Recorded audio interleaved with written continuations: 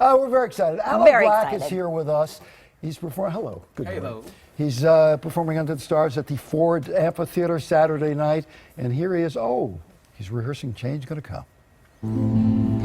Somebody keep telling me, don't hang around. It's been a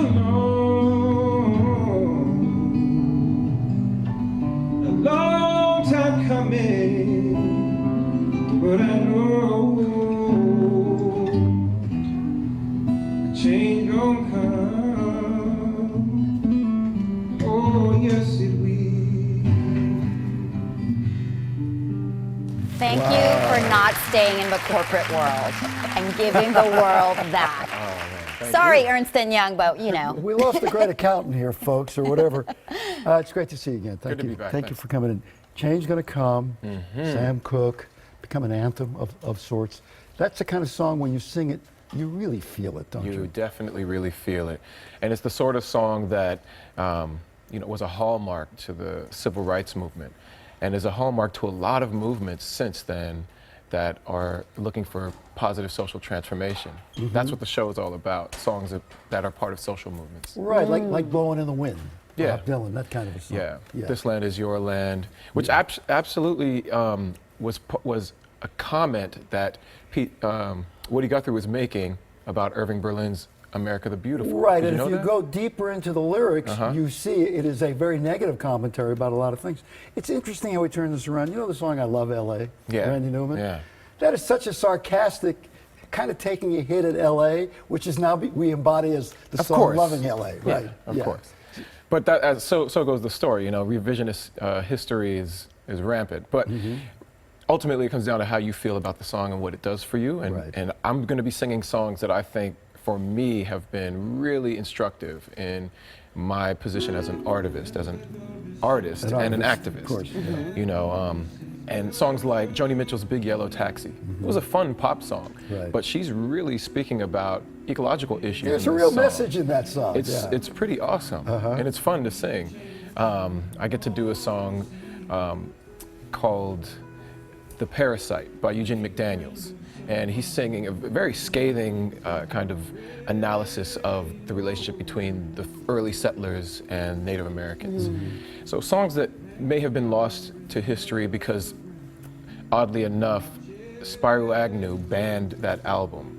The Eugene McDaniels album was taken off the shelves. But how could Spyro Agnew ban an album? I mean, I was around then. How could you ban an album? I don't know how it happened, but so goes the story. Eugene McDaniels' album was taken off the shelves, and he didn't ever get the notoriety I think he deserved. Can we rewind a bit? Because I love your story. You grew up right here in Laguna, went to USC, and then how did the pairing with someone like Avicii happen, and then you pumping out hits where it's #1 in 22 countries? Well, I think it took a lot of years of practice and a lot of luck. After I was laid off from my corporate job as a consultant, I spent a long time testing out my voice and trying different things, and what I found that worked best was soul music. And Avicii approached me because he was familiar with I Need a Dollar and wanted that soul feel in his recordings. And so we got together with Mike Einziger from Incubus and we recorded Wake Me Up. We didn't know it was going to be a hit, but we knew it felt good in the studio. Yeah. And it worked out. Yeah, and you know, I'm sorry, people say, let's see, Aloe Blacc, a hip hop artist. No, he's a kind of a neo soul artist. No, he's kind of whatever. What are you? Oh man, what am I? I think I'm a singer-songwriter, and I write the songs that I sing, and it may come in any genre. It may come in hip hop, it may come in dance music, it may come in soul, R&B. I look at an artist like Lionel Richie or Michael Jackson. They were able to make music in multiple genres, and I would like to have that kind of trajectory in my career. I believe you do. Yeah. You know. Who's the dream person that you want to work with next? Well, I haven't worked with him yet, but I've met him a few times, and that would be Quincy Jones. I think if I'm going to choose out of the entire world of music, I'm going to choose one of the greatest of all time, who's worked with everyone that I looked up to. He is a compendium of musical history, American musical history. And he you plays guys could every do instrument. Off the Wall Part 2. right? On the wall. On the wall, just kidding. Oh yeah, there you go. Ba-doom. See, my No, we can tie it into the presidential race. Just call it the wall. Pink Floyd would not have a problem with that. So for you, what would have happened had you not been laid off at Ernst & Young? Yeah, What what would were have you doing happened? there? I was in strategy consulting, worked a lot in the health sector. We would go to children's hospitals and help them develop their radiology departments or go collect cash from insurance companies.